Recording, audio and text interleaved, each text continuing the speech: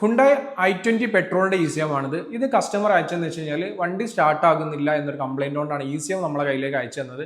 ഈ ECM നമ്മൾ can box വെച്ച് ചെക്ക് ചെയ്ത സമയത്ത് യാതൊരു കംപ്ലൈൻസും ECM ഇല്ല.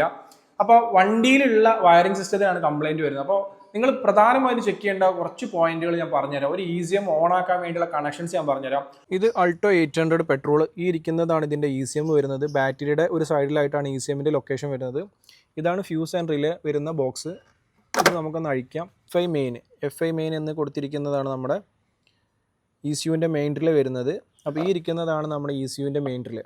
ഓക്കെ, അപ്പോൾ ഞാൻ നേരത്തെ പറഞ്ഞ പോലെ തന്നെ റിലേയിലേക്കുള്ള നെഗറ്റീവ് സപ്ലൈ ECM എന്ന് കൊടുക്കുന്നുണ്ടോ നോക്കണം.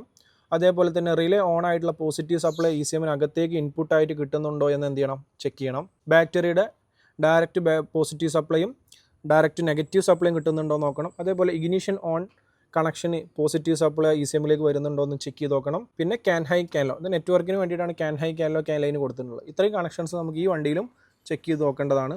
മാത്രമല്ല ഇതിലെന്തുണ്ട്, നമുക്ക് ഫ്യൂസുകൾ കൊടുത്തിട്ടുണ്ട്. FI 15 ആംപിയർ എന്ന് പറയുന്ന ഒരു ഫ്യൂസ് കൊടുത്തിട്ടുണ്ട്. ആ ഫ്യൂസിലേക്ക് സപ്ലൈ കിട്ടിക്കഴിഞ്ഞാൽ മാത്രമാണ് നമ്മൾ എന്ത് ചെയ്യുള്ളൂ, FIയുടെ റിലേ വർക്ക് ചെയ്യുള്ളൂ. അപ്പോൾ ആ ഇരിക്കുന്ന ഫ്യൂസാണ് വരുന്നത്. ആ ഫ്യൂസ് എന്ത് ചെയ്യണം, വർക്കിംഗ് ആണോ അല്ലേ എന്ന് എന്ത് ചെയ്യണം, ചെക്ക് ചെയ്ത് നോക്കണം. ഫ്യൂസ് എന്തെങ്കിലും പൊട്ടിയിട്ടുണ്ടെങ്കിൽ എന്ത് ചെയ്യില്ല, നമ്മളെ ECM ഓൺ ആവില്ല.